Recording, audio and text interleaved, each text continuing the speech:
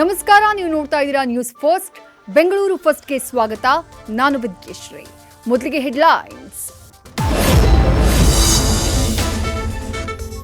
Coffee ಕುಡಿದು ಮಲಗಿದ್ದ ದ್ವಾರಕೇಶ್ ಮೇಲೇಳಲೇ ಇಲ್ಲ.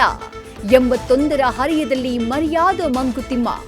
ನಾಳೆ ಬೆಳಗ್ಗೆ ರವೀಂದ್ರ ಕಲಾಕ್ಷೇತ್ರದಲ್ಲಿ ಅಂತಿಮ ದರ್ಶನ, ಚಾಮರಾಜಪೇಟೆಯಲ್ಲಿ ಅಂತ್ಯಕ್ರಿಯೆ.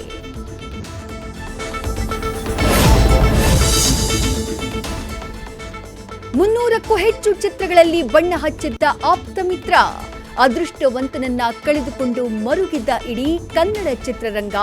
ನ್ಯಾಯ ಎಲ್ಲಿದೆ ಎಂದಿದ್ದ ಪೆದ್ದನಿಗೆ ಕಲಾವಿದರಿಂದ ಕಣ್ಣೀರ ವಿದಾಯ.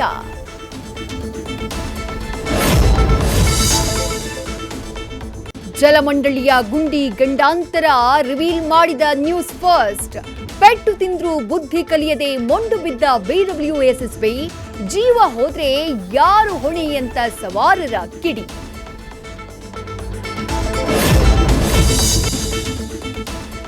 ಎಲೆಕ್ಷನ್ ಹೊತ್ತಲ್ಲೇ ಕೇಳಿಸ್ತಾ ಇದೆ ಝಣ ಝಣ ಕಾಂಚಾಣದ ಸೌಂಡ್. ರಾಜ್ಯದ ಮೂಲೆ ಮೂಲೆಯಲ್ಲೂ ಆಪರೇಷನ್, ಕೋಟಿ ಕೋಟಿ ಕಲೆಕ್ಷನ್. ಇದುವರೆಗೂ ಆಗಿದೆ 350 ಕೋಟಿಗೂ ಅಧಿಕ ಹಣ ಸೀಸ್.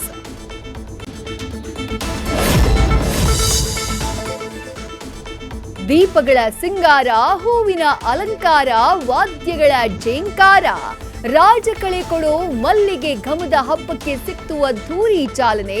ಇನ್ನು 10 ದಿನ ನಡೆಯಲಿದೆ ದ್ರೌಪದಿ ದೇವಿ ಉತ್ಸವ.